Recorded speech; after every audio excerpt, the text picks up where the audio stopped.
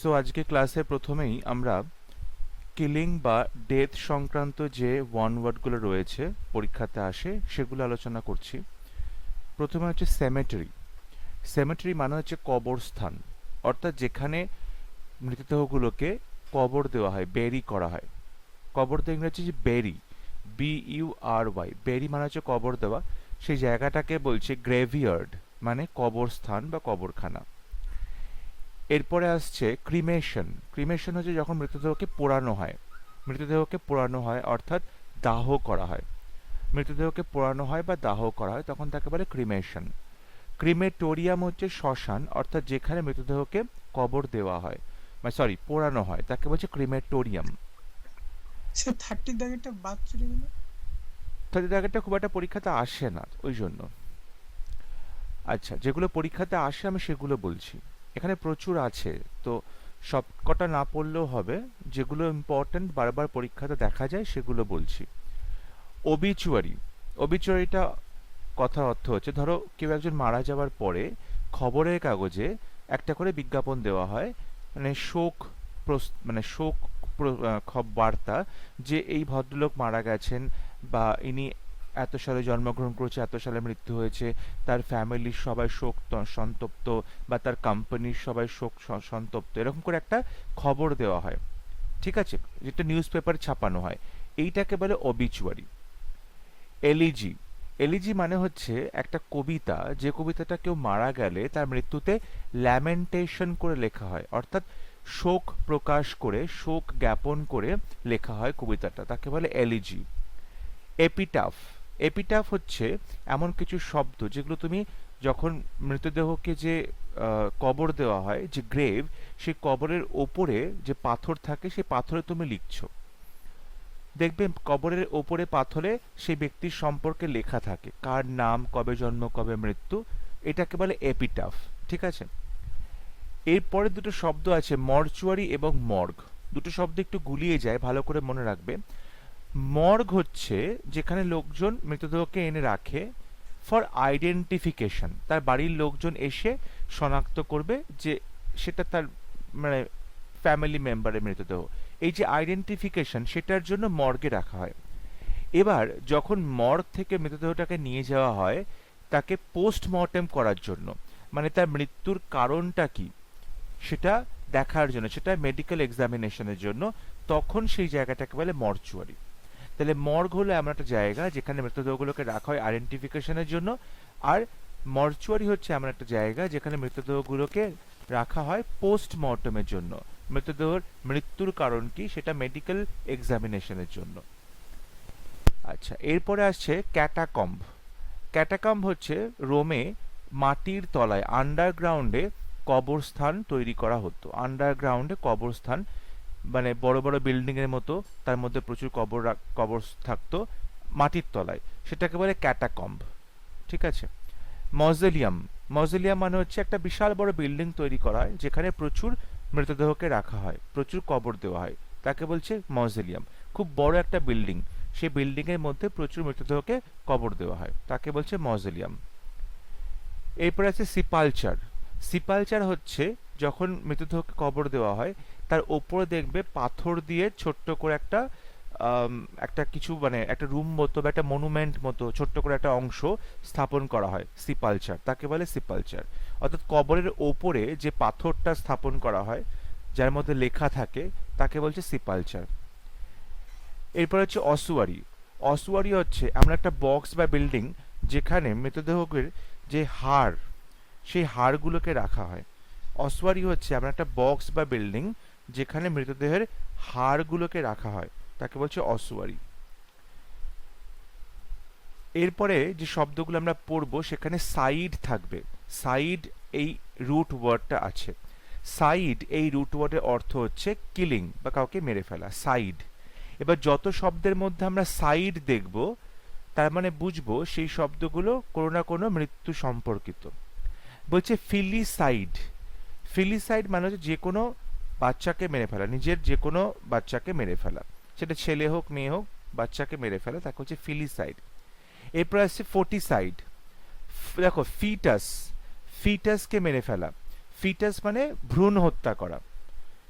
ভ্রূণ হত্যা করা, যেরকম ভ্রূণ হত্যা করার ঘটনা ভারতবর্ষে কিন্তু খুব প্রচলিত, স্পেশালি কন্যা সন্তান ভ্রূণ হত্যা করা, তাই তো, ফিমেল ফোর্টিসাইড, এটা কিন্তু খুবই প্রচলিত ভারতবর্ষে। বিভিন্ন রাজ্যে আমরা দেখতে পাই যে কন্যা ভ্রূণ হত্যা করা হচ্ছে, তো ইল্লিগালি ভাবে।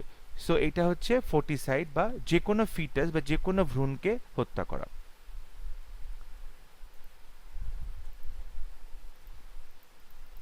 এরপরে হচ্ছে ইনফ্যান্টিসাইড। দেখো, ইনফ্যান্ট মানে বাচ্চা, একটা সদ্যজাত শিশুকে হত্যা করা ইনফ্যান্টিসাইড। জেনোসাইড, জেনো মানে হচ্ছে, মানে জেনাস মানে হচ্ছে একটা রেস বা একটা জাতি বা একটা কমিউনিটি, ঠিক আছে, তাদের সবাইকে একত্রে মেরে ফেলা, যেটাকে বলা হয়ে থাকে মাস কিলিং। মানে কোনো একটা গোষ্ঠীর বা কোনো একটা কমিউনিটির সবাইকে একত্রে মেরে ফেলা, তাকে বলছে জেনোসাইড বা মাস কিলিং। সুসাইড, সু, এসইউআই, সু মানে একা একা, সুসাইড মানে নিজে নিজেকে মেরে ফেলা, অর্থাৎ আত্মহত্যা করা। ম্যাট্রিসাইড, মেটার, এমএটিআরই, মেটার মানে হচ্ছে মাদার, তাহলে ম্যাট্রিসাইড মানে হচ্ছে মাকে হত্যা করা, মাতৃহত্যা। প্যাট্রিসাইড, পেটার, পেটার মানে হচ্ছে ফাদার, মানে ফাদারকে হত্যা করা, মানে পিতৃহত্যা। ফ্র্যাট্রিসাইড, ফ্রেটার্নিটি মানে ব্রাদার, নিজের ভাইকে হত্যা করা, ফ্র্যাট্রিসাইড। এরপরে আছে সরোরিসাইড। সরোরিসাইড মানে হচ্ছে নিজের সিস্টার, সোরোর মানে হচ্ছে সিস্টার, সোরোর মানে হচ্ছে সিস্টার, সরোরিসাইড মানে নিজের বোনকে হত্যা স্যার, করা। এইবারে এই প্রশ্নটা এসেছিল ক্লাস 12-এ। হ্যাঁ, এগুলো খুবই কমন, বারবার পরীক্ষাতে আসে, এখানে যতগুলো আছে বারবার পরীক্ষাতে আসে। সরোরিসাইড, ঠিক আছে। ইক্সোরিসাইড, ইক্সোরিসাইড মানে হচ্ছে নিজের ওয়াইফকে হত্যা করা, মার্ডার অফ ওয়ান্স ওয়াইফ, নিজের ওয়াইফকে হত্যা করা।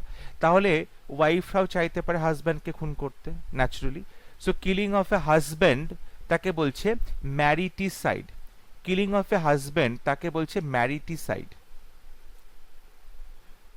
কেউ যদি নিজের হাজব্যান্ডকে হত্যা করে তখন তাকে বলছে ম্যারিটিসাইড, ঠিক আছে। এই শব্দটা এখানে লেখা নেই, ওই জন্য আলাদা করে লিখে দেওয়া আছে ম্যারিটিসাইড। আচ্ছা, এরপরে বলছে হমিসাইড। হমিসাইড মানে হচ্ছে যে কোনো হত্যা করা, মানে উদ্দেশ্য প্রণোদিতভাবে যে কোনো হত্যা করা, তাকে বলছে হমিসাইড। যারা পুলিশ থাকে, যারা খুনের তদন্ত করে, তাদেরকে বলে হমিসাইড ডিটেকটিভস, মানে তারা যে কোনো হত্যা বা যে কোনো খুন সেটাকে নিয়েই তারা কিন্তু কাজ করছে, ডিটেকটিভ তারা। সো হমিসাইড। এরপর আছে প্যারিসাইড। প্যারিসাইড মানে যে কোনো একজন বাবা, মানে বাবা বা মায়ের মধ্যে যে কোনো একজন পেরেন্টকে মেরে ফেলা বা খুব ক্লোজ রিলেটিভকে মেরে ফেলা, তখন তাকে বলে প্যারিসাইড। রেজিসাইড, রেজি মানে হচ্ছে কিং বা কুইন, মানে বলতে পারো যে আম, রাজাকে হত্যা করা বা রানীকে হত্যা করা, রাজ হত্যা, ঠিক আছে, তাকে বলছে রেজিসাইড। এরপরে বিভিন্ন প্রফেশন সংক্রান্ত শব্দ।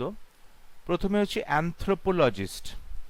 অ্যানথ্রোপোলজিস্ট মানে অবশ্যই যিনি মানুষের যে ক্রমবিবর্তন সেটা নিয়ে যে পড়াশোনা করে, তাকে বলছি অ্যানথ্রোপোলজিস্ট। খুব কমন এই শব্দটা, অ্যানথ্রোপোলজি, অ্যানথ্রোপোলজিস্ট। অ্যাস্ট্রোনট, অ্যাস্ট্রো মানে হচ্ছে স্পেস, মহাকাশ, তাহলে অ্যাস্ট্রোনট মানে হচ্ছে যিনি মহাকাশ যানে করে মহাকাশে পাড়ি দেন, তাকে বলছি অ্যাস্ট্রোনট। বিবলিওগ্রাফার, এই প্রত্যেকটা শব্দই বারবার পরীক্ষাতে আসে বা এসেছে বা পরবর্তীতেও আসবে। বিবলিওগ্রাফার, বিবলো মানে হচ্ছে বুক, তাহলে বিবলিওগ্রাফার মানে যিনি বইয়ের লিস্ট তৈরি করেন, মানে কি কি বই আছে এবং বইগুলোর সম্পর্কে বর্ণনা লেখেন, তাকে বলছে বিবলিওগ্রাফার। ক্যালিগ্রাফিস্ট, খুবই ইম্পর্টেন্ট, সুন্দর হাতের লেখা। ক্যালিগ্রাফি মানে সুন্দর হাতের লেখা, তাহলে ক্যালিগ্রাফিস্ট মানে যিনি সুন্দর হাতের লেখা লিখতে পারেন, ঠিক আছে, তাকে বলছে ক্যালিগ্রাফি। যেরকম সত্যজিৎ রায় খুব ভালো ক্যালিগ্রাফিস্ট ছিলেন, তিনি বিভিন্ন স্টাইলে খুব সুন্দর করে লিখতে পারতেন নিজের হাতে, ঠিক আছে। কার্টোগ্রাফার, কার্টোগ্রাফার মানে ম্যাপ তৈরি করেন, যিনি ম্যাপ আঁকেন তাকে বলছে কার্টোগ্রাফার, ঠিক আছে। ম্যাপ আঁকা কিন্তু একটা আর্ট, মানে কোন দেশের ম্যাপ কিভাবে হচ্ছে, কোথায় কিভাবে ম্যাপ আঁকতে হয়, এটা কিন্তু খুব বড় একটা সায়েন্স এবং ভীষণ পড়াশোনা করে এটা শিখতে হয়। কার্টোগ্রাফার, এই যে আমরা যত ম্যাপ দেখছি, ঠিক আছে, ভূগোলে বা আমাদের কম্পিটিটিভ পরীক্ষার জন্য ওয়ার্ল্ড ম্যাপ বলো, বিভিন্ন দেশের ম্যাপ বলো, মানে একদিকে কত ডিটেলিং এ ম্যাপগুলো থাকে, নদীর ম্যাপ, রাস্তার ম্যাপ, এইগুলো কিন্তু তৈরি করে যারা, তাদেরকে বলে কার্টোগ্রাফার, ঠিক আছে। ওখানে খুব জটিল একটা কাজ তারা করেন বলতে পারো। কোরিওগ্রাফার তো জানো, যারা নাচ শেখায়, নাচের বিভিন্ন গানের সাথে নাচ তুলছেন বা নাচের বিভিন্ন স্টাইল তৈরি করছেন, কোরিওগ্রাফার বলে, নতুন করে বলার কিছু নেই। শফার, শফার এটা উচ্চারণ কিন্তু শফার। শফার মানে হচ্ছে যিনি প্রাইভেট কার চালান, মানে ধরো কোনো একজন ব্যক্তি বড়লোক, তিনি বাড়িতে তার প্রাইভেট ড্রাইভার রেখে দিয়েছেন। হ্যাঁ, সেই ড্রাইভার দেখবে সুন্দর মানে পোশাক পরে, ইউনিফর্ম পরে, একটা লিভারি পোশাক পরে, মানে সাদা জামা প্যান্ট, মাথায় টুপি পরে পরে গাড়ি চালাচ্ছে। হ্যাঁ, এদেরকে বলে শফার। যারা রাস্তায় গাড়ি চালাচ্ছে, পাবলিক কার, তাদেরকে নয়। যারা প্রাইভেট কার চালাচ্ছে, পার্সোনাল ড্রাইভার, তাদেরকে বলে শফার।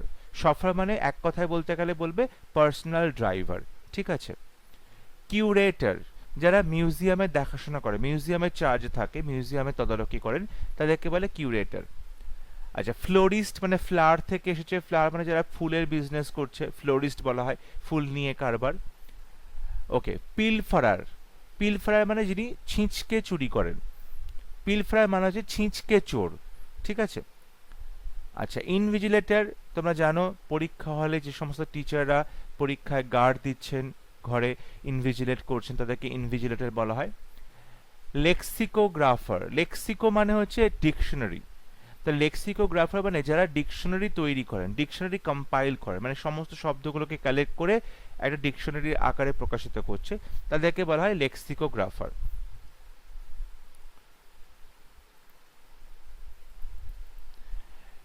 এরপরে আসছে, দেখো এটা ইম্পর্টেন্ট, আজকাল পরীক্ষাতে আসে এই শব্দটা, সেফোলজিস্ট।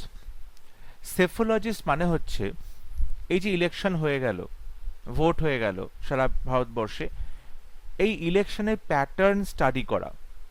ইলেকশনের প্যাটার্ন স্টাডি করা মানে কোথায় কোন পার্টি জিততে চলেছে, কোন পার্টি হারবে, কোন লিডার কত ভোট পাবে, ভোটের হাওয়া কোন দিকে, জনগণ কাকে ভোট দিতে চাইছে, জনগণ কাকে বেশি সাপোর্ট করছে, কাকে প্রেফার করছে না, এই যে বিষয়গুলো স্টাডি করা, সার্ভে করা, ধরো এক্সিট পোল তৈরি করছে, তাদেরকে বলা হয় সেফোলজিস্ট।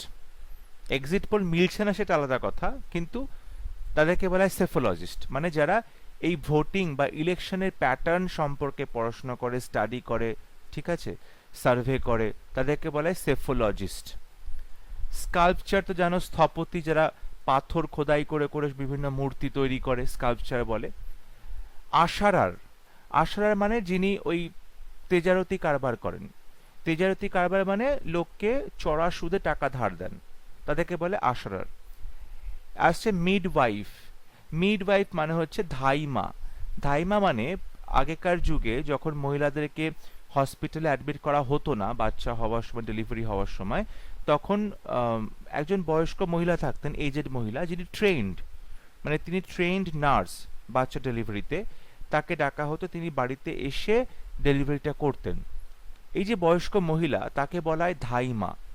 ঠিক আছে। ইনসেন্ডিয়ারি, এমন একজন মানুষ যিনি আগুন জ্বালিয়ে, মানে আগুন দিয়ে সবকিছু পুড়িয়ে দিয়ে সবকিছু নষ্ট করতে পারেন, ইনসেন্ডিয়ারি। ওকে। আচ্ছা, এবারে বিভিন্ন প্লেসের সম্পর্কে পড়ব। প্রথমে বলছি অ্যাবাটর। অ্যাবাটর মানে হচ্ছে কসাইখানা, যেখানে অ্যানিমালসগুলোকে স্লটার করা হয়, মানে অ্যানিমালসগুলোকে যেখানে কসাইখানাতে জবাই করা হয় বা হত্যা করা হয়, পশু হত্যা করা হয় যেখানে, তাকে বলছে কসাইখানা বা অ্যাবাটর। আর্সেনাল, কথাটা ভালো হচ্ছে আর্সালান কিন্তু নয়, বিরিয়ানির গল্প নয় এখানে। আর্সেনাল মানে হচ্ছে যেখানে অ্যামিনিশনস, ওয়েপন্স থাকে, অর্থাৎ অস্ত্রশস্ত্র এবং যেখানে গোলা বারুদ রাখা হয়, তাকে বলছে আর্সেনাল। ঠিক আছে। স্যার এই প্রশ্নটা আমি কালকেই দেখছিলাম। হ্যাঁ, আর্সেনাল, আর্সালান নয় কিন্তু, বিরিয়ানি নয় কিন্তু, কেয়ারফুল। ঠিক আছে। অ্যাসাইলাম, অ্যাসাইলাম মানে হচ্ছে দুটো হয়, একটা তো আমরা জানি পাগলা গারদ, অ্যাসাইলাম, যেখানে মানসিক রোগগ্রস্ত পেশেন্টকে রাখা হয় সুস্থ করার জন্য। আর একটা হচ্ছে পলিটিক্যাল রিফিউজি। পলিটিক্যাল রিফিউজি মানে রাজনৈতিক যারা শরণার্থী। সেটা কিরকম, ধরো কোনো একটা দেশে কোনো একজন ব্যক্তি কিছু একটা কাণ্ড করেছেন, পলিটিক্যালি কিছু কাণ্ড করেছেন, যার ফলে লোকজন ক্ষেপে গেছে, সেখানকার প্রশাসন ক্ষেপে গেছে, এবার সরকার তাকে শাস্তি ঘোষণা করেছে। ঠিক আছে। তখন সেই ভদ্রলোক বা সেই ভদ্রমহিলা কি করছেন, অন্য দেশে পালিয়ে চলে গেলেন। অন্য দেশে পালিয়ে চলে গিয়ে তিনি বললেন যে আমাকে তোমরা আশ্রয় দাও, আমি আমার দেশে রাজনৈতিকভাবে সেফ নই, তোমরা আমাকে দয়া করে রাজনৈতিক সুরক্ষা দাও। এইটাকে বলে পলিটিক্যাল অ্যাসাইলাম, পলিটিক্যাল রেফিউজি। ঠিক আছে। আর্কাইভস, আর্কাইভস মানে যেখানে সরকার বা গভর্নমেন্ট তার সমস্ত নথিপত্র বা রেকর্ডসগুলোকে রাখে তাকে বলে আর্কাইভস। অর্থাৎ সরকার যেখানে তার সমস্ত সরকারি নথিপত্র রাখে তাকে বলে আর্কাইভস। ক্যাসিনো তোমরা জানো, ক্যাসিনোতে যেখানে জুয়ো খেলা হয়, গ্যাম্বলিং হয়, ক্যাসিনো। আচ্ছা, সেমেটারি একটু আগেই বলেছি, যেখানে মৃতদেহগুলোকে কবর দেওয়া হয়, কবরস্থান। ক্লোক রুম, ক্লোক রুম দেখবে যখন তোমরা বড় বড় প্ল্যাটফর্মে যাবে, রেলওয়ে প্ল্যাটফর্মে যাবে, ওখানে দেখবে ক্লোক রুম লেখা থাকে, অর্থাৎ সেখানে তুমি তোমার লাগেজটাকে জমা দিতে পারো, সেখানে তুমি তোমার লাগেজ বা মালপত্রকে ডিপোজিট করতে পারো, তাকে বলে ক্লোক রুম। ঠিক আছে, তোমার টিকিট দিয়ে তুমি ওখানে মালপত্র জমা করলে, এবার সেই টিকিট অনুযায়ী সেই ট্রেনে তোমার মালপত্র পৌঁছে দেবে রেলওয়ের লোকজন। ঠিক আছে। আচ্ছা, কনভেন্ট, কনভেন্ট মানে যেখানে সন্ন্যাসিনী বা বলতে পারো নান যারা রয়েছে, খ্রিস্টান ধর্মাবলম্বী যে সমস্ত মহিলারা রয়েছে, নানস, তাদেরকে রাখা হয়, তাকে বলে কনভেন্ট। আচ্ছা, ক্রেশে বা ক্রেশ, অ্যাকচুয়ালি ক্রেশ কথাটা, ক্রেশ হচ্ছে দেখবে যেখানে যারা কাজ করছে, ওয়ার্কিং পেরেন্টস, তারা সকালবেলা কাজে যাওয়ার সময় বাচ্চাটাকে ওখানে ছেড়ে চলে যায়, আবার যখন সন্ধ্যাবেলা বাড়ি ফিরে তখন ওখান থেকে বাচ্চাটাকে নিয়ে চলে আসে। সারাদিন বাচ্চাটা ওই ক্রেশে থাকে। ক্রেশে থাকে মানে হচ্ছে একটা প্লে স্কুল টাইপের, যেখানে অন্যান্য বাচ্চাদেরকে রাখা থাকে, তাদের সাথে খেলাধুলা করে, বাচ্চাটার সময় কেটে যায় এবং বাচ্চাটা দেখাশোনাও করে ওখানকার লোকজন, মানে সারাদিনের দায়িত্ব তারা নিয়ে নেয় বাচ্চার, তাকে বলে ক্রেশ। আজকাল নিয়ম হয়েছে যে সমস্ত বেসরকারি মানে প্রতিষ্ঠানে 50 জনের বেশি এমপ্লয়ি কাজ করে, সেখানে কোম্পানি ওই অফিসের মধ্যেই একটা ক্রেশ খুলবে। ঠিক আছে, ক্রেশের ব্যবস্থা করবে যাতে যারা ওয়ার্কিং মাদার্স তারা বাচ্চাটাকে বাইরে না দিয়ে তাদের অফিসের ক্রেশে রেখে দেবে, এরপরে মাঝে মাঝে তারা সময় পেলে বাচ্চার সাথে গিয়ে দেখাশোনা করে আসবে। ঠিক আছে, মানে এটা কিন্তু খুব ভালো একটা সিস্টেম। বিভিন্ন মানে যেটা মাল্টি ন্যাশনাল কোম্পানিগুলো আছে, এমএনসি আছে, সেখানে এটা করার ব্যবস্থার কথা বলা হয়েছে। আচ্ছা, ক্রিমেটোরিয়াম, ক্রিমেটোরিয়াম আমরা একটু আগে বলেছি, যেখানে শ্মশান, মৃতদেহগুলোকে পোড়ানো হয়। ডরমেটরি, ডরমেটরি মানে হচ্ছে ধরো কলেজ বা কোনো পাবলিক ইনস্টিটিউশনে একটা ঘরের মধ্যে অনেক লোকজন পরপর একটা করে বিছনা পাতা থাকে, একসাথে থাকা করে 20 জন ঘুমোচ্ছে, 20 জন শোবার ব্যবস্থা আছে একটা ঘরে, একটা রুমে, তখন তাকে বলে ডরমেটরি। ঠিক আছে। ইলিজিয়াম, ইলিজিয়াম মানে হচ্ছে একটা স্বর্গের মতো একটা পারফেক্ট সিচুয়েশন, যেখানে সবকিছু পারফেক্ট, সেখানে কোনো বাজে ঘটনা ঘটে না, সেখানে সবাই খুব ভালো থাকে, সেখানে খুব ভালো ভালো খাবার পাওয়া যায়, একটা মানে স্বপ্নের মতো একটা নগর, স্বপ্নের মতো একটা রাজ্য, তাকে বলে ইলিজিয়াম, যেটা কাল্পনিক, বাস্তবে তার কোনো অস্তিত্ব খুঁজে পাওয়া যায় না কোথাও। আচ্ছা, গ্র্যানারি, গ্র্যানারি মানে যেখানে গ্রেইনস রাখা হয় বা শস্য রাখা, শস্য ভাণ্ডার, গ্র্যানারি। হ্যাঙ্গার, হ্যাঙ্গার মানে যেখানে এরোপ্লেনস গুলোকে রাখা হয়, যেখানে এরোপ্লেন, যেখানে দেখো বাস থাকে, তাকে বলে ডিপো, বাস ডিপো, যেখানে বাসের স্ট্যান্ড, যেটা বাস ডিপো। আর এরোপ্লেনের যে স্ট্যান্ড বা এরোপ্লেনের যে ডিপো তাকে বলে হ্যাঙ্গার। ওকে। মিন্ট জানো তোমরা অনেকেই, যেখানে হচ্ছে ওই পয়সা ছাপানো হয়, কয়েন ছাপানো হয়, টাকা পয়সা, তাকে বলে মিন্ট। আচ্ছা, মনাস্ট্রি জানো, যেখানে মংস বা যেখানে প্রিস্ট থাকে, মানে বৌদ্ধ ধর্মাবলম্বী যারা রয়েছে, মাঙ্ক বা প্রিস্ট, তাদেরকে মনাস্ট্রি বলা হয়। মর্গ, মর্চুয়ারি একটু আগেই বলেছি। অর্চার্ড, অর্চার্ড হচ্ছে যেখানে ফলের গাছ রয়েছে, মানে ফলের বাগান যাকে বলে, তাকে অর্চার্ড। অরফানেজ জানো, যেখানে অরফ্যান্স থাকে বা অনাথ আশ্রম, অরফানেজ। আচ্ছা, পোর্টফোলিও, পোর্টফোলিও হচ্ছে portable case for holding papers, drawing.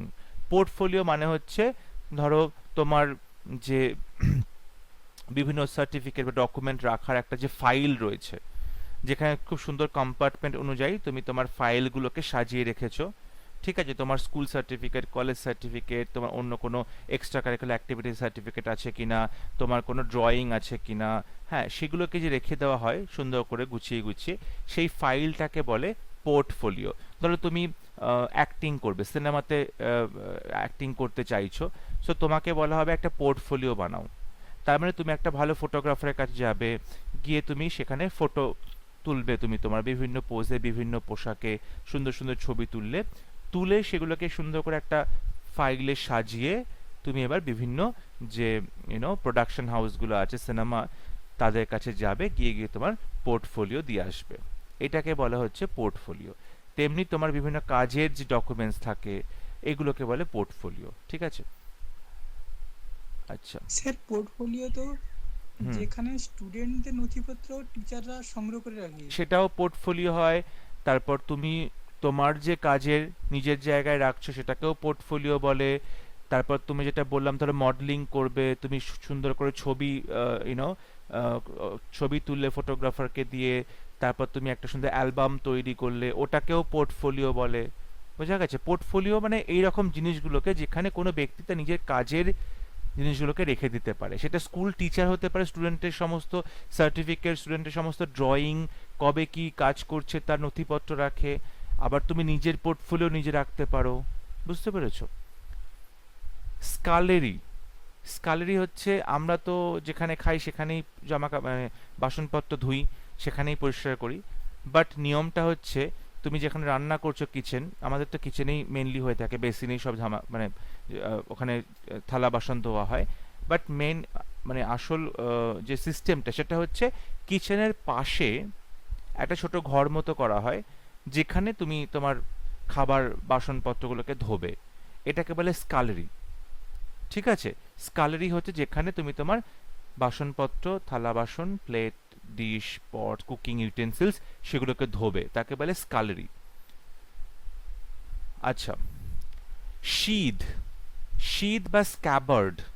শীদ শব্দটা পরীক্ষাতে বেশ কয়েকবার এসছে। শীদ, শীদ মানে হচ্ছে যেখানে ওই তলোয়ার রাখা হয়, তলোয়ারের খাপ, তলোয়ারের খাপ যার মধ্যে তলোয়ারটা রাখা হয় তাকে বলে শীদ। ঠিক আছে? আচ্ছা, এরপর হচ্ছে স্যানাটোরিয়াম। স্যানাটোরিয়াম মানে হচ্ছে যেখানে ওই মানসিক অসুস্থ লোকজনকে রাখা হয়। ঠিক আছে? যাদের মানে দীর্ঘদিন তারা শরীর খারাপ, অসুস্থ লোকজন, তাদেরকে রাখা হয় এবং তাদের চিকিৎসা করা হয়, তাকে বলে স্যানাটোরিয়াম। মানে হসপিটাল টাইপের বলতে পারো স্যানাটোরিয়াম। অসুস্থ লোকেদের রেখে দেওয়া হয়, তাদেরকে দীর্ঘদিন ধরে চিকিৎসা করা চলে। স্যার বলছি এটা কি পাগলা গারো? এটা পাগলাগারদ নয়, অ্যাকচুয়ালি আমি একটু ভুল বললাম। অসুস্থ লোকজন, মানসিকভাবে অসুস্থ লোকজন তো আমরা বললে যে অ্যাসাইলাম। এটা হচ্ছে অসুস্থ মানে শারীরিক অসুস্থ লোকজনকে রেখে দেওয়া হয়, তাকে বলে স্যানিটোরিয়াম। ঠিক আছে? শারীরিকভাবে অসুস্থ লোকজনকে রেখে দেওয়া হয় তাদের স্বাস্থ্য পুনরুদ্ধারের জন্য, তাকে বলছে স্যানিটোরিয়াম। আর পাগলাগারদটা হচ্ছে মেন্টাল অ্যাসাইলাম। ওকে। ট্যানারি, ট্যানারি মানে যেখানে চামড়াগুলোকে শুকোনো হয়, যেটা পার্ক সার্কাস অঞ্চলে রয়েছে কলকাতা, ট্যানারি রয়েছে, যেখানে লেদার বা ওই চামড়াগুলোকে শুকোনো হয়, ট্যান করা হয়। ঠিক আছে? আচ্ছা, এরপরে এপিয়ারি, এভিয়ারি। এপিয়ারি শব্দটা অনেক বার এসেছে পরীক্ষাতে। যেখানে বীজ বা মৌমাছিদেরকে রাখা হয় তাকে বলছে এপিয়ারি। মৌমাছিদের রাখা হয় তাকে বলছে এপিয়ারি। আর এভিয়ারি, এভস মানে হচ্ছে বার্ড, তাহলে সেখান থেকে এভিয়ারি মানে যেখানে পাখিদেরকে রেখে দেওয়া হয় তাকে বলছে এভিয়ারি। আচ্ছা, এফ মানে যেহেতু বার্ড, সেখান থেকে একটা শব্দ হচ্ছে এভিয়েশন। এভিয়েশন মানে হচ্ছে এরোপ্লেন বা ফ্লাইট, তাই না? Aviation service. অর্থাৎ সেখান থেকে যেহেতু এরোপ্লেনগুলো আকাশে উড়ছে, প্লেনগুলো আকাশে উড়ছে পাখিদের মতো, সেখান থেকে কিন্তু এভিয়েশন সিস্টেম বলা হয়। ঠিক আছে? আমাদের যে বিমান পরিষেবা তাকে বলা হয় কিন্তু এভিয়েশন।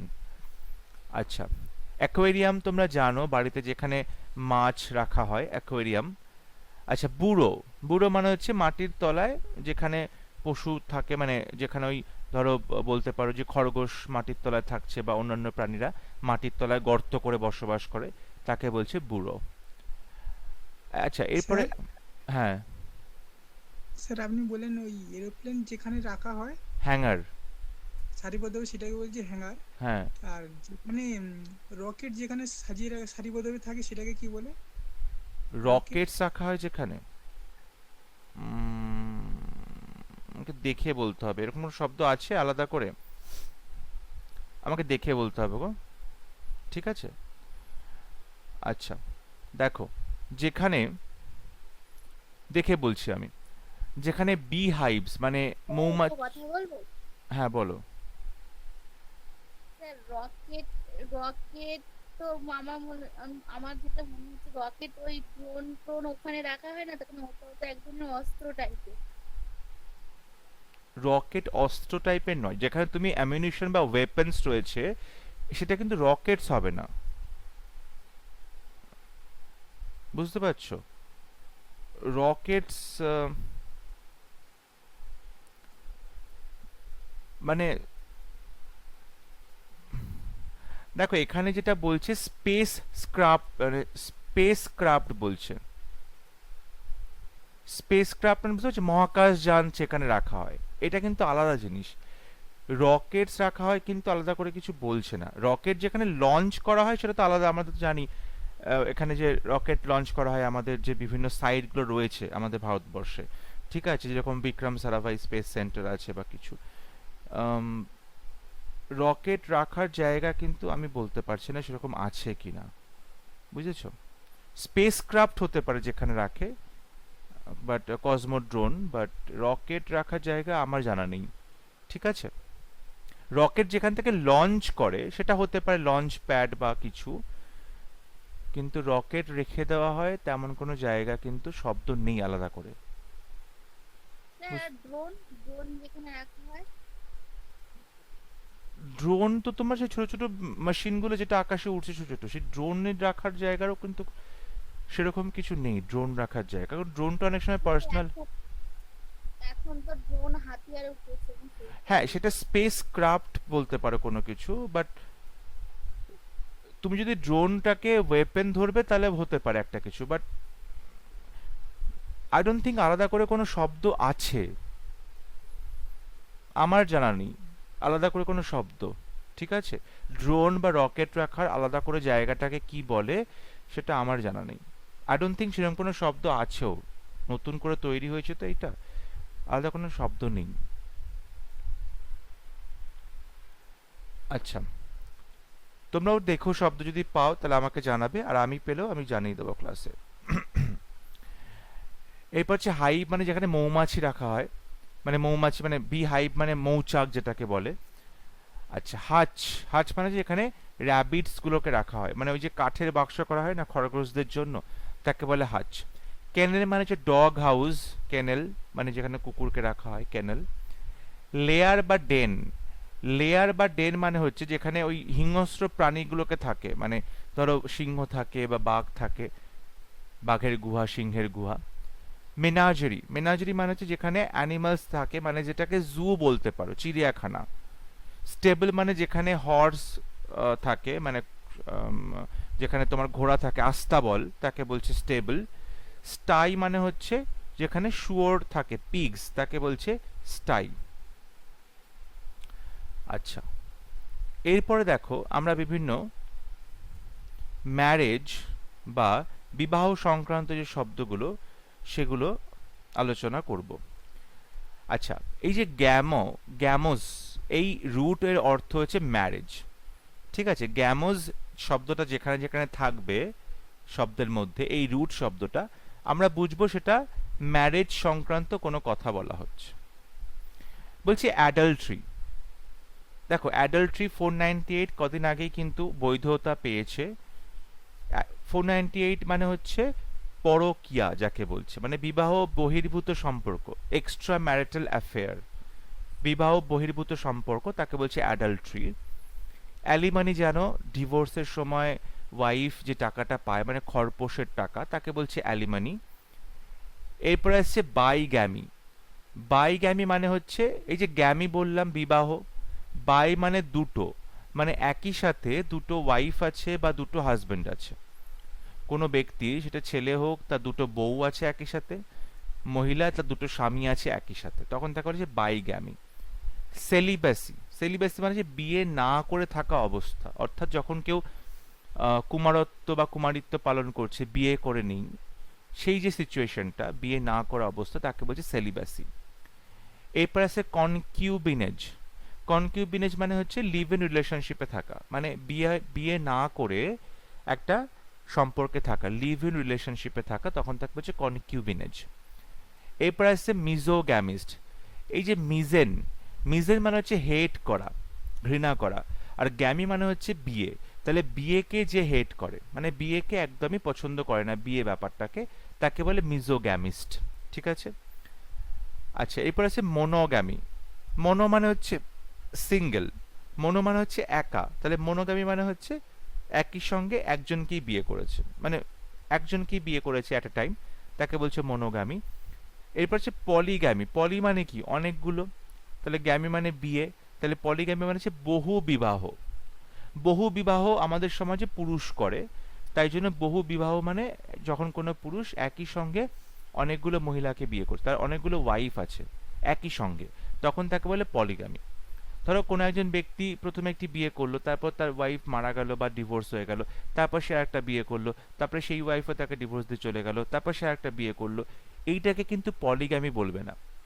পলিগ্যামি বলবে যখন একই সঙ্গে দুটো বা তিনটে বা একের বেশি ওয়াইফ আছে, বুঝতে পারছি, তখন তাকে পলিগ্যামি বলা হয়, বহু বিবাহ বলা হয়। এটা ঠিক অপোজিটটা হচ্ছে পলিআন্ড্রি। অ্যান্ড্রোস মানে হচ্ছে পুরুষ, তাহলে পলিআন্ড্রি মানে যখন কোনো মহিলা একের বেশি পুরুষকে বিয়ে করছে, মানে কোনো মহিলার যখন একের বেশি হাজবেন্ড আছে একই সময়, তখন তাকে বলছে পলিআন্ড্রি। পলিআন্ড্রিটা পরীক্ষাতে দেয়, পলিগ্যামিটা সোজা, পলিআন্ড্রিটা একটু কঠিন, মানে মনে রাখতে হবে।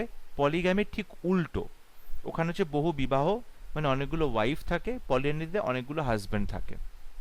স্পিনস্টার। স্পিনস্টার মানে হচ্ছে একজন মহিলা যার বয়স হয়ে গেছে এবং সে বিয়ে করেনি, তখন তাকে বলে স্পিনস্টার।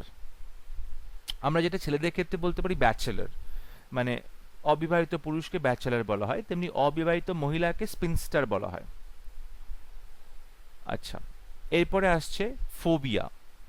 ফোবিয়া তোমরা জানো যে ভয়, যাকে আমরা বাংলায় বলি ভয়, এটা is a kind of mental disorder. ঠিক আছে, মানসিক অসুস্থতা বা মানসিক কোনো প্রবলেম যখন, তখন আমরা এই ফোবিয়াগুলো পাই, ফোবিয়া বা ম্যানিয়া। আচ্ছা, ফোবিয়া দেখো বলছে অ্যাক্রোফোবিয়া, খুব ইম্পর্টেন্ট। অ্যাক্রো মানে হচ্ছে হাইট, অর্থাৎ উঁচু জায়গাতে ওঠা বা হাইটের ভয়, উচ্চতার ভয়, উঁচু সিঁড়িতে ওঠা, নিচের দিকে তাকানো, উঁচু বিল্ডিং এ ওঠা, ছাদে ওঠা, এইসব অনেকে ভয় পায়, তাকে বলে অ্যাক্রোফোবিয়া। এরপরে আসছে অ্যানোরেক্সিয়া। অ্যানোরেক্সিয়া মানে হচ্ছে দেখবে কিছু স্পেশালি মেয়েদের এটা হয়, মোটা হয়ে যাওয়ার ভয়। আমি মোটা হয়ে যাবো, এটা খাবো না, সেটা খাবো না, খেলে মোটা হয়ে যাব, বারবার করে বলছে মোটা হয়ে যাবো, মোটা হয়ে যাবো, খাবো না, ফিগার মেনটেন করতে হবে, এইটাকে বলে অ্যানোরেক্সিয়া, অর্থাৎ মোটা হয়ে যাওয়ার ভয়। ঠিক আছে, এরপর হচ্ছে অ্যাগোরাফোবিয়া। অ্যাগোরাফোবিয়া মানে হচ্ছে কোনো রকম ওপেন স্পেসে যাওয়ার ভয়। ওপেন প্লেস মানে ধরো খোলামেলা জায়গাতে যেখানে অনেক লোকজন আছে, ধরো মার্কেট প্লেসে বা রেলওয়ে স্টেশনে, পাবলিক প্লেসে থাকতে গেলে ভয় লাগে তাদের, অ্যাগোরাফোবিয়া, অর্থাৎ এত লোকজন, এত বড় জায়গা দেখলে তারা ভয় পেয়ে যায়।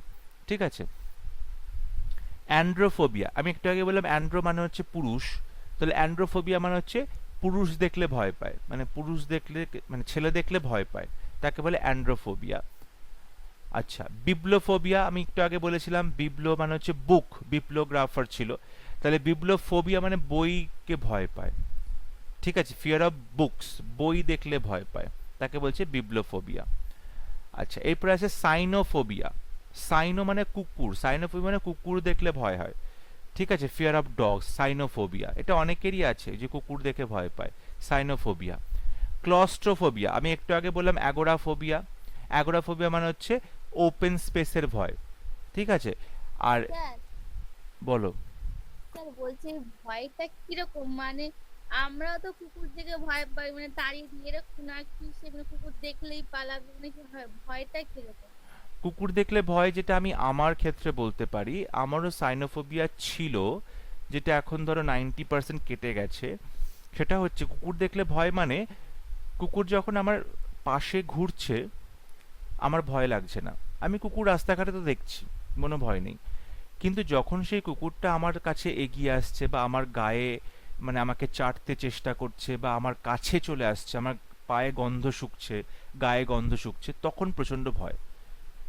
এইটাকে বলছে সাইনোফোবিয়া, মানে কুকুর দেখলেই ভয় পালাবে সেরকম ভয় নয়, কিন্তু যখন কুকুরটা তোমার কাছে আসছে, ক্লোজ হচ্ছে, তখন প্রচন্ড ভয় শুরু হচ্ছে, প্রচন্ড টেনশন হচ্ছে, হাত পা ঘামছে।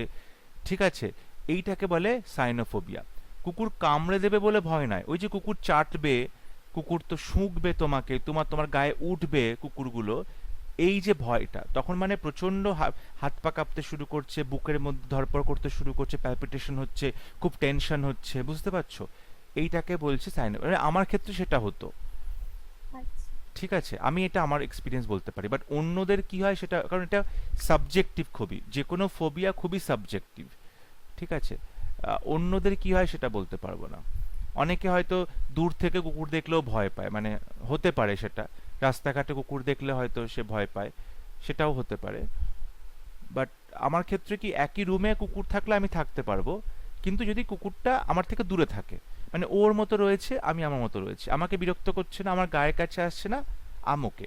কিন্তু যখনই আমার দিকে অ্যাপ্রোচ করবে, আমার গায়ে গন্ধ শুঁকতে আসবে, বা আমাকে চাটতে আসবে, বা আমাকে আদর করতে আসবে, বা আমার গায়ের উপর উঠবে, তখনই যেন মনে হচ্ছে এবার ভয়, এবার হার্ট বন্ধ হয়ে যাবে। বুঝতে পারছো?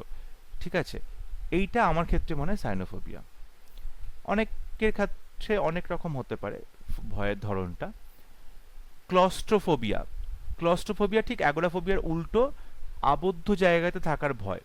যেমন ছোট গাড়িতে বসতে পারে না অনেকে, লোকজনের মাঝখানে বসতে পারে না, মানে দম আটকে আসবে, বা লোকজনের মাঝখানে ঘুমোতে পারে না, বা ছোট ঘরের মধ্যে থাকতে পারে না বেশিক্ষণ আবদ্ধ জায়গাতে, দম বন্ধ হয়ে আসে বলে মনে হয়, বা ট্রেনে চলাচল করতে পারে না, যদি ট্রেনে ধরো এসিতে সমস্ত কাঁচগুলো বন্ধ থাকে, ঠিক আছে, তখন তাকে বলে ক্লস্ট্রোফোবিয়া, অর্থাৎ ছোট জায়গাতে আবদ্ধ থাকার ভয়। ডিপসোফোবিয়া, অ্যালকোহল বা মদ থেকে যে ভয় পায় তখন তাকে বলে ডিপসোফোবিয়া। এন্টেমোফোবিয়া, এন্টেমোলজি, এন্টেমোফোবিয়া পতঙ্গবিদ্যা, এন্টেমোলজি। আর এন্টেমোফোবিয়া মানে হচ্ছে পতঙ্গ থেকে ভয়। ঠিক আছে, বিভিন্ন পোকামাকড় দেখলে ভয় পায়। গ্যামোফোবিয়া, যে গ্যামাস মানে বিয়ে বলেছিলাম, তাহলে গ্যামোফোবিয়া মানে ম্যারেজকে ভয় পায়, মানে বিয়েকে ভয় পায়, গ্যামোফোবিয়া। আচ্ছা, এরপর হচ্ছে জেরন্টোফোবিয়া। জেরন্টো মানে হচ্ছে বয়স্ক লোক। ঠিক আছে, জেরন্টোফোবিয়া মানে অনেকের মধ্যে ভয় হয় যে আমার বয়স হয়ে যাচ্ছে, আমি বুড়ো হয়ে যাচ্ছি, ঠিক আছে, আমার চুলদাড়ি পেকে যাবে, এবার চামড়া কুঁচকে যাবে, বয়স হয়ে যাবে, ঠিক আছে, কদিন পরে মরে যাব, এই যে ভয়টা পায় তাকে বলে জেরন্টোফোবিয়া। আচ্ছা, নসিওফোবিয়া, ইম্পর্টেন্ট, নসিওফোবিয়া ভালো করে মনে রাখবে, কারণ এটা একটু কঠিন আছে। নসিওফোবিয়া মানে হচ্ছে তোমার নলেজ, পড়াশুনো, জ্ঞান, জ্ঞানকে ভয় পায়। ও বাবা, এই লোকটা এত পাণ্ডিত্য, এর সাথে কথা বলা যাবে না, এর সাথে কথা বলতে গেলেই ভয় পায়। আচ্ছা, এত পড়াশুনো, এত জ্ঞান, দেখলেই ভয় পায়, শুনলেই ভয় পায় লোকজন, তাকে হচ্ছে নসিওফোবিয়া। ঠিক আছে, আচ্ছা, এরপরে আসছে, আচ্ছা, গাইনোফোবিয়া, তোমার জানো গাইনি মানে হচ্ছে মহিলা, সো গাইনোফোবিয়া মানে ফিয়ার অফ উইমেন, মহিলাদেরকে যে ভয় পায় তাকে বলে গাইনোফোবিয়া। স্যার ওটা কি হবে স্যার? হ্যাঁ, ওই যে বললেন এত পড়াশোনা এত, নসিওফোবিয়া। হ্যাঁ এর উল্টোটা কি হবে? মানে আমি হয়তো পারবো না, আমি হয়তো কোনো কিছু পারবো জিনিস না। দেখলে ভয় লাগে। হ্যাঁ মানে ভয় আর কি। এই বিষয়টা আমার কাছে হয়তো কঠিন মনে হচ্ছে, এর এর মিনিংটা কি হবে? মানে ভয়টা কিসের আবার বলো? হয়তো কোনো একটা বিষয়ের প্রতি আমার ভয়, মানে হয়তো এটা আমার দ্বারা হবে না, আমি পারবো না, তখন এই ক্ষেত্রে আমি কি বলা যেতে পারে? মানে ফোবিয়া অফ ফেলিয়ার হতে, মানে কি, মানে জিনিসটা কি বলছো আবার বলো, মানে তুমি কোনো জিনিস পারবে না, মানে কোনো জিনিসে ব্যর্থ হবে, এরকম কিছু? হ্যাঁ আমার দ্বারা সম্ভব না বা হচ্ছে না, মানে কোনো কিছু দেখলেই মনে হচ্ছে না করার আগে। মানে তুমি আনসাকসেসফুল হবে, তুমি পারবে না, তুমি সেটাতে ফেল করবে, মানে তোমাকে পার্টিকুলার একটা শব্দ বলতে হবে যে আমি ফেলিয়ার থেকে ভয় পাচ্ছি, যে এটা হয়তো আমার দ্বারা হবে না, এরকম কিছু। হ্যাঁ দ্যাট ইজ কল, মানে ফেলিয়ার থেকে ভয় পাচ্ছ। এটা খুব বাজে একটা শব্দ আছে, মানে মানে উচ্চারণ করাটা খুব একটু চাপের আছে। অ্যাটচিও মানে অ্যাটিচিওফোবিয়া, অ্যাটিচিফোবিয়া, অ্যাটিচিফোবিয়া। ঠিক আছে, একটু খটোমটো নামটা, অ্যাটিচিফোবিয়া, মানে কোনো জিনিসে তোমার মনে হয় কি তুমি ফেল করবে, সেই জিনিসটা ঠিক করে করতে পারবে না, তোমার সব সময় একটা আনসাকসেসফুল হওয়ার ভয়, এটা আমি পারবো না বা আমার দ্বারা হবে না, এই যে ফেলিয়ার ভয় তাকে বলছি অ্যাটিচিফোবিয়া, অ্যাটিচিফোবিয়া। এই শব্দগুলো আসে না খুব একটা পরীক্ষাতে, আমি দেখিনি কখনো। আচ্ছা, এরপর হচ্ছে দেখো হেমাটোফোবিয়া। হেমো মানে হচ্ছে রক্ত, ঠিক আছে, হেমাটোফোবিয়া, হেমাটোলজি, রক্ত নিয়ে যে পড়াশোনা করছে, কালচার করছে, হেমাটোলজি। আর হেমাটোফোবিয়া, অনেকেরই আছে না, রক্ত দেখলে অজ্ঞান হয়ে যায়, রক্ত দেখলে হাত পা কাঁপতে শুরু করে, রক্ত দেখলে ভয় পায়, তাকে বলে হেমাটোফোবিয়া। মানে আমরা যখন ল্যাব করতাম স্কুলে, তখন ওই কিছু ছেলে মেয়ে ছিল, ছেলেরা ছিল, ওই রক্ত দেখলে তাদের মাথা ঘুরে যেত, রক্ত দেখলে অজ্ঞান হয়ে পড়ে যেত তারা, লিটারেলি অজ্ঞান হয়ে পড়ে যেত তারা রক্ত দেখলে, মানে সেই ব্যাঙ কাটলে রক্ত বেরোলে যা হয়। স্যার আমার রক্ত দেখলে আমার যেন মনে হয় কি যেন মাথা ঘুরে পড়ে যাচ্ছে হ্যাঁ, আর সো হেমাটোফোবিয়া আছে। হুম, ওই একই জিনিস আর কি, হেমাটোফোবিয়া অনেকেরই হয় এটা। আচ্ছা, তারপরে তো খুব কমন ফোবিয়া হাইড্রোফোবিয়া, জল থেকে ভয় হয় হাইড্রোফোবিয়া। স্যার, হুম, যখন এই ফোবিয়া কথাটা দেখবো যে কোনো শব্দের সাথে, তাহলে তার সেটা ভয়, ভয় বোঝাবে? ইয়েস ইয়েস ইয়েস, ঠিক আছে। যে কোনো একটা ভয় বোঝাচ্ছে। ক্লেপ্টোম্যানিয়া, এখানে ম্যানিয়া দিয়েছি, ম্যানিয়া মানে হচ্ছে কারোর মধ্যে একটা কোনো কিছু কাজ করার মানে অদম্য একটা ইচ্ছে জন্মায়। ফোবিয়া মানে কোনো কিছুতে তুমি ভয় পেলে, আর ম্যানিয়া মানে হচ্ছে তুমি বারবার সেই জিনিসটা করছো, নিজেকে তুমি কন্ট্রোল করতে পারছো না সেই জিনিসটা করা থেকে, তাকে বলে ম্যানিয়া, ম্যানিয়াক, মানে একই জিনিস বারবার করছো বা অবসেসড হয়ে গেছে সেই জিনিসটা সম্পর্কে। ক্লেপ্টোম্যানিয়া তো মানে কয়েক কোটিবার পরীক্ষাতে এসছে, বোধহয় সব পরীক্ষাতেই আসে ক্লেপ্টোম্যানিয়া, তোমরা জানো যে কম্পালসিভ ডিজায়ার টু স্টিল, চুরি করার অদম্য ইচ্ছা। চুরি করার অদম্য ইচ্ছা মানে কোনো মানুষের যদি থাকে ক্লেপ্টোম্যানিয়া, সে হয়তো খুব বড়লোক হতে পারে, তার কোনো জিনিসের অভাব নেই, কিন্তু সে যখনই কারোর বাড়িতে বেড়াতে যাবে বা ঘুরতে যাবে বা কিছু, সে সেখান থেকে কিছু না কিছু চুরি করবেই। এটা তার একটা অদম্য ইচ্ছে, কন্ট্রোল করতে পারে নিজেকে, এটা তো একটা মেন্টাল ডিসঅর্ডার এবং এর জন্য ট্রিটমেন্ট আছে, ডক্টর এটা ট্রিটমেন্ট করে ক্লেপ্টোম্যানিয়ার। সো চুরি করার অদম্য ইচ্ছে ক্লেপ্টোম্যানিয়া বলা হয়।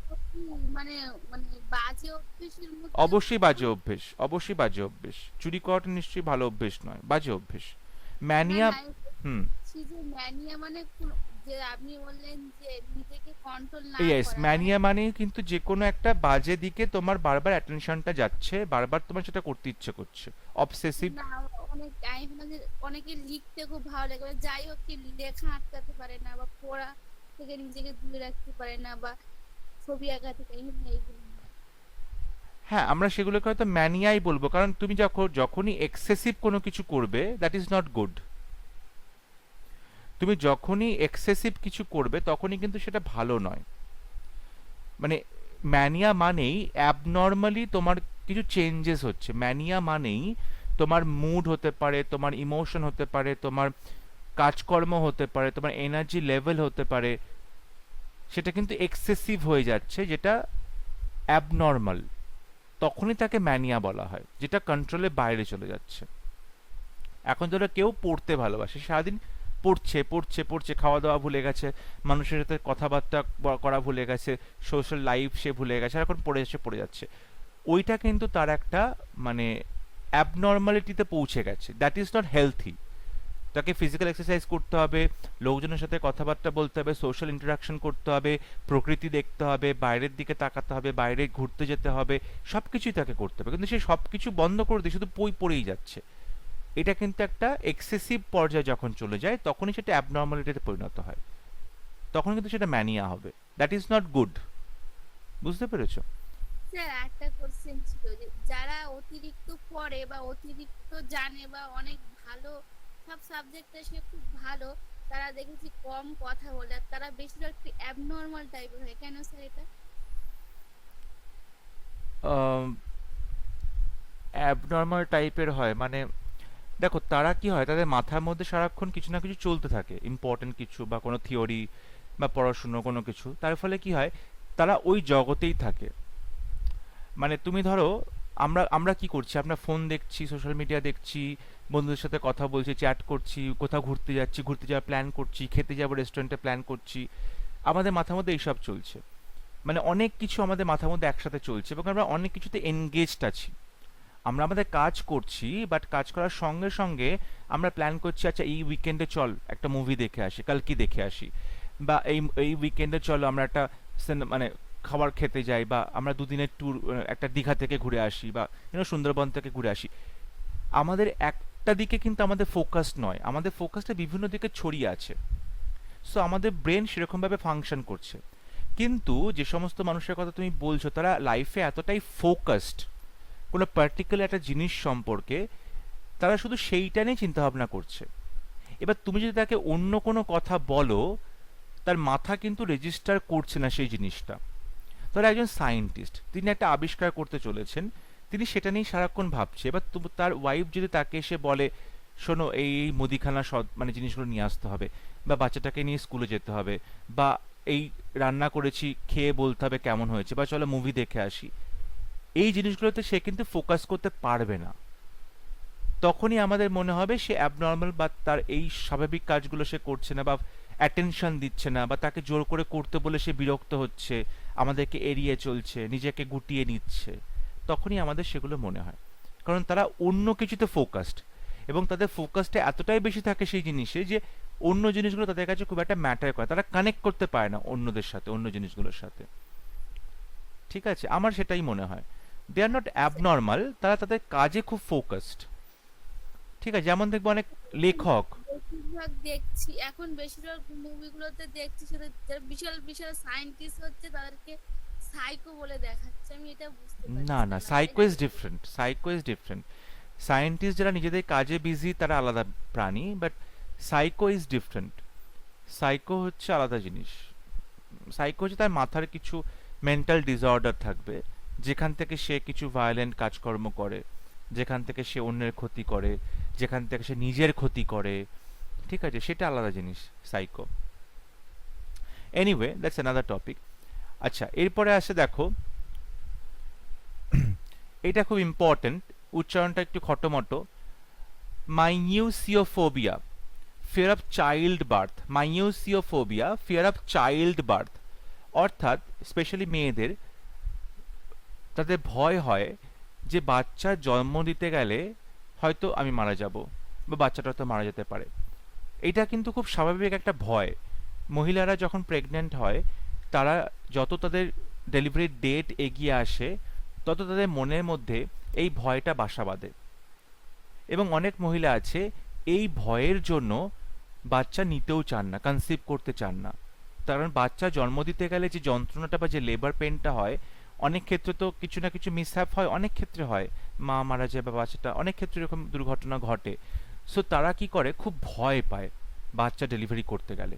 এই যে ভয়টা, এটা খুব ন্যাচারাল একটা ফিয়ার, যেটা অনেক মহিলারা ফেস করে, তাদেরকে বলে মাইওসিওফোবিয়া। এবং অনেক যারা মানে মাদার কনসিভ করেছে, তাদেরকে এই জন্য অনেক সময় ডাক্তাররা সাইকোলজিক্যাল একটা কাউন্সেলিং এর সাজেস্ট করেন যে আপনি একটু কাউন্সেলিং করাবেন, মানে ডাক্তারদেরই থাকে চেনা পরিচিত, তাদের কাছে পাঠায়, যাতে চাইল্ড বার্থকে নিয়ে ভয় না পায়।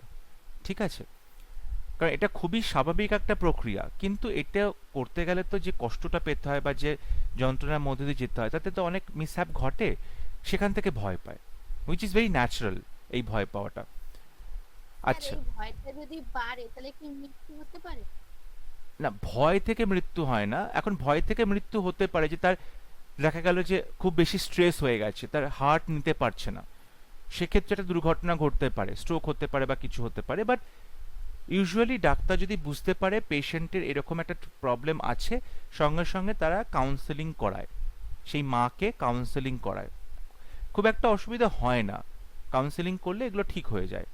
ঠিক আছে, এই চাইল্ড বার্থ নিয়ে ভয়টা পাওয়াটা খুব ন্যাচারাল। একটা অন্য প্রাণের সৃষ্টি করতে চলেছে, সেটা কিন্তু ছোটোখাটো কোনো ব্যাপার নয়। পৃথিবীতে সব থেকে সুন্দর জিনিস হচ্ছে চাইল্ড বার্থ, কিন্তু সেটা করতে গিয়ে যে কষ্টের মধ্যে দিয়ে যেতে হয় প্রত্যেকটি মাকে, সেটা কিন্তু মানে ভয়েরই একটা ব্যাপার। এবং শুধু মা ভয় পায় না, তার বাড়ির লোকজনও ভয় পায় যে কোনো দুর্ঘটনা ঘটবে না তো। ঠিক আছে, সেক্ষেত্রে কিন্তু একটা এই মাইওসিওফোবিয়াটা হয়। ওকে, এখন এটা যদি খুব এক্সেসিভ হয়ে যায়, হ্যাঁ, তখনই একটা কাউন্সেলিং বা একটা সাইকোলজিক্যাল ট্রিটমেন্টের দরকার হয়ে পড়ে। মেট্রোফোবিয়া, আমি একটু আগে বলেছিলাম মেটার মানে হচ্ছে মা, মেট্রোফোবিয়াটা কিন্তু একটু আলাদা। এটা হচ্ছে মাদারহুড নিয়ে ফোবিয়া। অনেক মহিলারা মনে করেন যে আমি হয়তো মা হিসেবে যোগ্য নই, আমি হয়তো একটা বাচ্চাকে সঠিকভাবে মানুষ করতে পারবো না। আমি যে ধরো কাজ করে, তিনি ওয়ার্কিং প্রফেশনাল, ওয়ার্কিং মহিলা, তার মনে হয় আমি কাজের পরে ছেলেকে বা মেয়েকে ততটা ভালো সময় দিতে পারবো না, আমি ভালো মা হতে পারবো না, ভালো করে বাচ্চা যত্ন করতে পারবো না। তো এই যে মাতৃত্বের ভয়, যে মা আমি প্রকৃত বা আদর্শ মা হতে পারবো না, সুতরাং আমি বাচ্চা কনসিভ করবো না বা বিয়ে করবো না, এইটাকে বলে মাদারহুডের ভয়, তাকে বলে মেট্রোফোবিয়া। এই মাদারহুডের ভয়ও আজকাল বহু যারা কাজ করছেন ওয়ার্কিং মহিলা, তাদের মধ্যে দেখা যাচ্ছে, এবং তারা কিন্তু খুব সহজে বাচ্চা কনসিভ করছেন না। কারণ তাদের মনে হচ্ছে তারা এতটাই কাজে বিজি থাকে যে সারাদিন পরে বাচ্চাকে কখন সময় দেবে, বাচ্চাকে সময় দিতে গেলে তাদেরকে কাজটা ছাড়তে হবে, চাকরি ছাড়তে হবে, যেটা পসিবল নয়। সুতরাং ওই ওয়ার্ক লাইফ এবং তাদের মাতৃত্ব ব্যালেন্স করতে তারা পারবেন না বলে তাদের মনে হয়, সেই ভয়টা পায়, তাকে বলে মেট্রোফোবিয়া। মেগালোম্যানিয়া খুব ইম্পর্টেন্ট। অনেক লোকজন আছে যাদের পাওয়ার, ক্ষমতার খুব লোভ, মানুষের ক্ষমতার খুব লোভ, কিছু মানুষের ক্ষমতা চায়, তাকে বলে মেগালোম্যানিয়া। ঠিক আছে, সবার উপর কর্তৃত্ব করবে, একটা পাওয়ার তার হাতে থাকবে, এটাকে বলে মেগালোম্যানিয়া। আচ্ছা, ডার্কনেস, অন্ধকারকে ভয় পায়, অনেক লোকজন আছে অন্ধকারকে ভয় পায়, তাকে বলছে অ্যাক্লিওফোবিয়া। অন্ধকারকে ভয়, অ্যাক্লিওফোবিয়া। আচ্ছা, ছুঁচ দেখলে ভয় পায় বা কোন রকম ছুঁচালো জিনিস দেখলে ভয় পায়। ছুঁচ দেখলে মানে আমি এরকমও লোককে জানি যারা ইঞ্জেকশন নিতে গেছে ডাক্তারের কাছে, ডাক্তারখানা থেকে পালিয়ে চলে এসছে, মানে লিটারালি ধাক্কা মেরে সবাইকে, ডাক্তার নার্সকে ধাক্কা মেরে পালিয়ে ওখান থেকে চলে এসছে, হসপিটাল থেকে বা ডিসপেন্সারি থেকে। ঠিক আছে, এটা হচ্ছে এইকমোফোবিয়া। এইকমোফোবিয়া অর্থাৎ ছুঁচের ভয় পায়, এইকমোফোবিয়া। ঠিক আছে। আচ্ছা, নাম্বারে ভয় পায়, মানে সংখ্যা, নাম্বার 1 2 3 4 নাম্বার ভয় পায়, তাকে বলছে অ্যারিথমোফোবিয়া। মানে অ্যারিথমেটিক মানে সংখ্যা, পাটিগণিত, সেখান থেকে অ্যারিথমোফোবিয়া। আচ্ছা, ফিয়ার অফ মেন একটু আগে বলেছিলাম অ্যান্ড্রোফোবিয়া, আর একটা আছে আরহেন, মানে আরহেনফোবিয়া। এই আরহেনফোবিয়াটা কিন্তু পরীক্ষাতে এসছে, আরহেনফোবিয়া এই শব্দটা। আরহেনফোবিয়া মানে মানে পুরুষ থেকে ভয় পায়। আরসন ফোবিয়া, আরসন ফোবিয়া মানে আরসন মানে হচ্ছে আগুন, আরসন মানে আগুনকে ভয় পায়, আরসন ফোবিয়া। এরপরে বজ্রবিদ্যুৎ, বাজ পড়লে, বিদ্যুৎ চমকালে অনেকেই ভয় পায়। ঠিক আছে, কানে আঙুল চাপা দেয়, চোখ বন্ধ করে নেয় ভয় পেয়ে, তাকে বলে অ্যাস্ট্রাফোবিয়া, তাকে বলে অ্যাস্ট্রাফোবিয়া। ঠিক আছে। আচ্ছা, এই যে ফিয়ার অফ ফেলিয়ার এখানেই রয়েছে, অ্যাটচিওফোবিয়া, অ্যাটচিফোবিয়া একটু আগে বলছিলে। আচ্ছা, এরপরে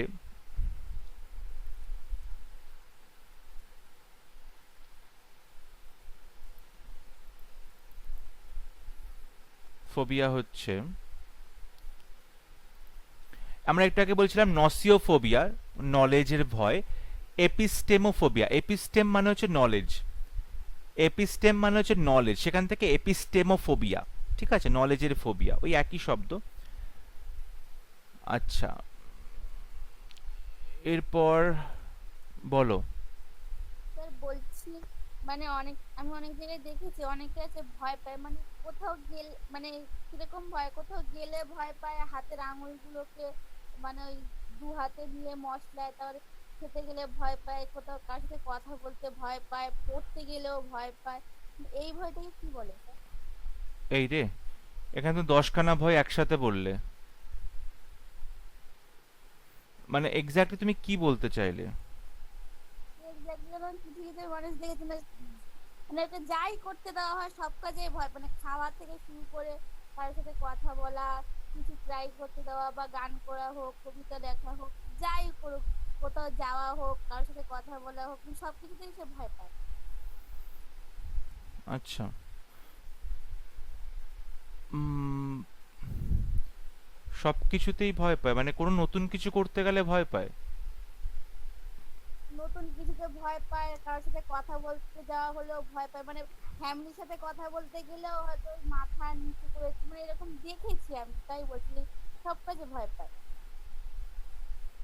আচ্ছা, সব না আমার কিছু সেরকম মানে জানা ভালো নেই, দিয়ে start করে। আমার সেরকম কিছু জানা নেই, মানে যা করতে দেবে তাতেই ভয় পাবে। হ্যাঁ, সবসময় নার্ভাস থাকে, মানে এটাকে কি বলে স্যার? আচ্ছা, এটা আমি একটু দেখেই বলছি, সেটা হচ্ছে একটা জিনিস আছে যে ফিয়ার অফ, দেখো তুমি যে জিনিসগুলোর কথা বললে সেটা আসলে কিন্তু তোমাকে বুঝতে হবে কি থেকে হচ্ছে।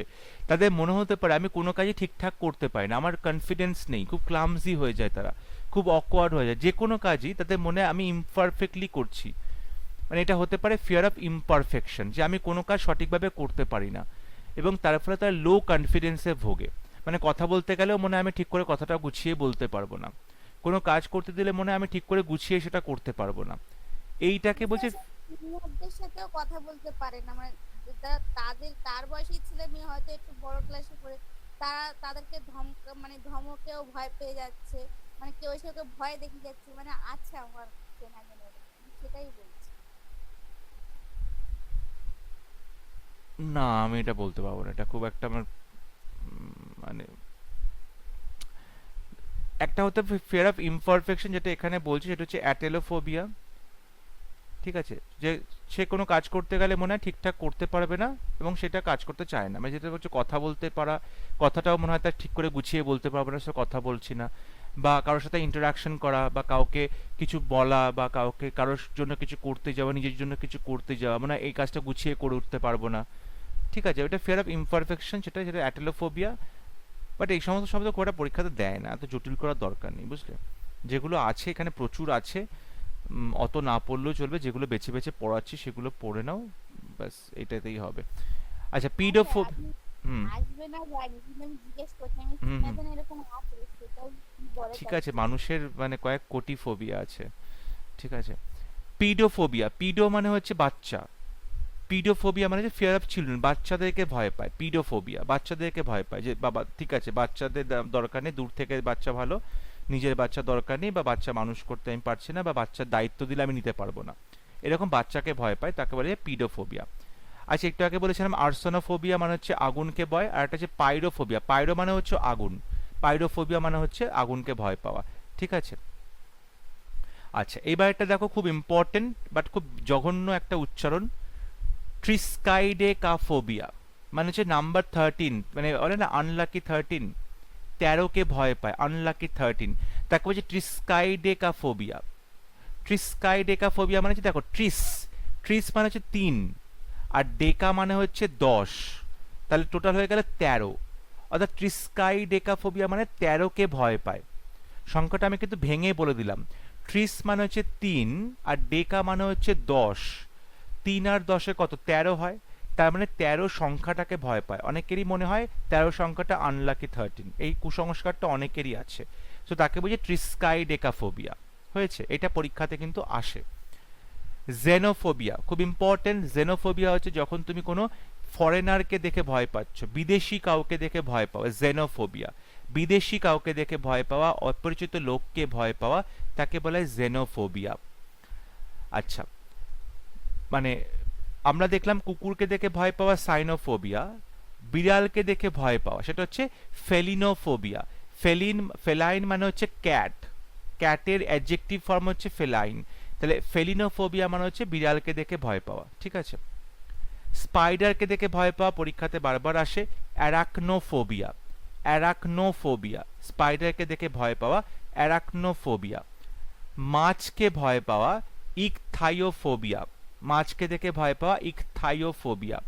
সাপকে দেখে ভয় পাওয়া ওফিডিওফোবিয়া, ওফিডিওফোবিয়া। বার্ডসকে ভয় পাওয়া অর্নিথোফোবিয়া, আমরা জানি অর্নিথোলজি মানে হচ্ছে পাখিবিদ্যা, অর্নিথোলজিস্ট মানে যিনি পক্ষী বিশারদ, সেখান থেকে অর্নিথোফোবিয়া, পাখিকে ভয় পাওয়া। দেখো এছাড়াও প্রচুর ফিয়ার্স আছে, বাট সব কিছু পড়া সম্ভব নয়, এখানে প্রচুর ফিয়ার দেওয়া আছে পিডিএফটায়, তোমরা নিজেদের মতো চাইলে আমি যেগুলো পড়িয়েছি তার বাইরেও যদি মনে হয় সেখান থেকে পড়বে, মুখস্থ করবে, করতে পারো, মোর দ্যান ওয়েলকাম। আচ্ছা, ফোমো, এটা নতুন অ্যাড হয়েছে আজকাল, FOMO fear of missing out. Fear of missing out মানে এটা কেউ বলতে পারবে এটা কি জিনিস? আজকালকার জেনারেশনের জন্য এটা তৈরি করা হয়েছে ফোমো, আমাদের সময় ফোমো ছিল না, তোমাদের সময় ফোমো এসছে, ফিয়ার অফ মিসিং আউট, কেউ বলতে পারবে জিনিসটা কি?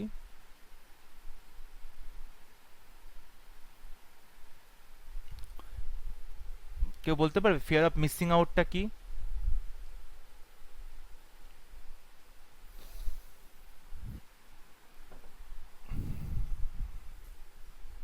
হ্যালো, এটা কেউ বলতে পারবে? না হ্যাঁ কেউ বলছো না। মানে স্যার কোনো কিছু মিসিং হয়ে যাওয়া থেকে ভয় পাওয়া। হারিয়ে যাওয়া থেকে কোনো কিছু হারিয়ে গেলে ভয় পাওয়া। না না না না না, হারিয়ে যাওয়া থেকে ভয় নয়।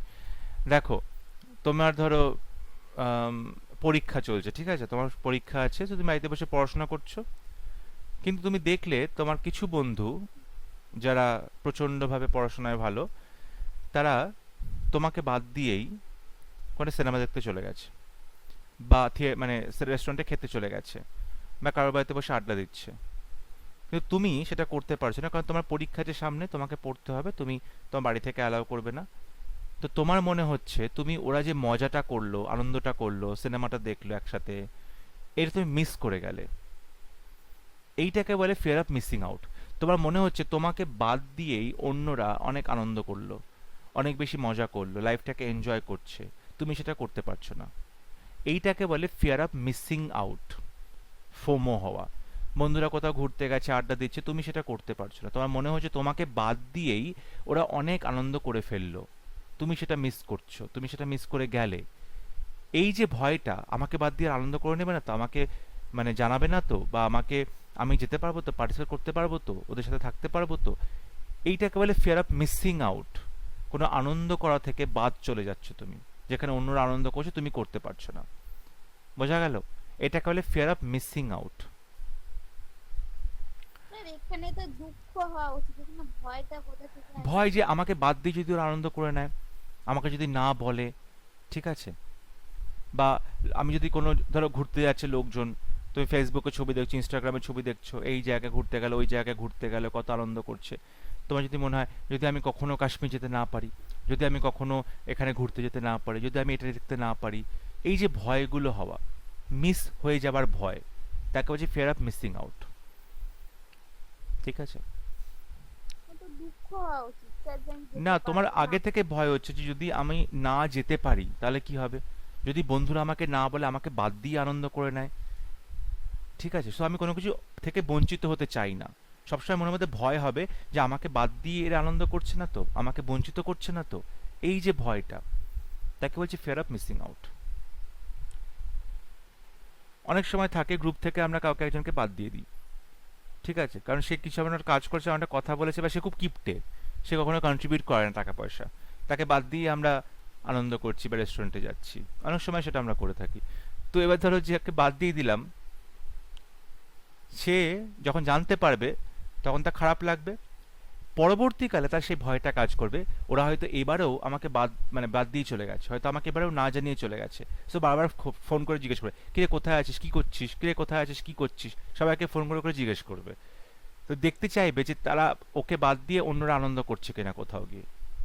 ঠিক আছে, এই জিনিসগুলোকে বলে fear of missing out. Anyway, এরপরে বিভিন্ন ডিফারেন্ট ফিল্ডস অফ দেখো, তোমাদের এই ফোবিয়া নিয়ে কিন্তু প্রচুর ফোবিয়া রয়েছে। তোমাদের যদি মনে হয় যেগুলো বলেছি তারপরেও তোমরা অন্য ফোবিয়া পড়বে, সেগুলো পড়তে পারো নিজেদের জানার জন্য বা পড়ার জন্য, তাতে কোনো অসুবিধা নেই। হুম, এখানে প্রচুর ফোবিয়া আছে, বা যেগুলো আমি মনে হয়েছে ইম্পর্টেন্ট, বা যেগুলো পরীক্ষাতে আমি দেখেছি শব্দগুলো, সেগুলোই আমি এখানে তোমাদেরকে পয়েন্ট আউট করেছি। হুম, সেগুলো তোমরা একবার দেখে নেবে।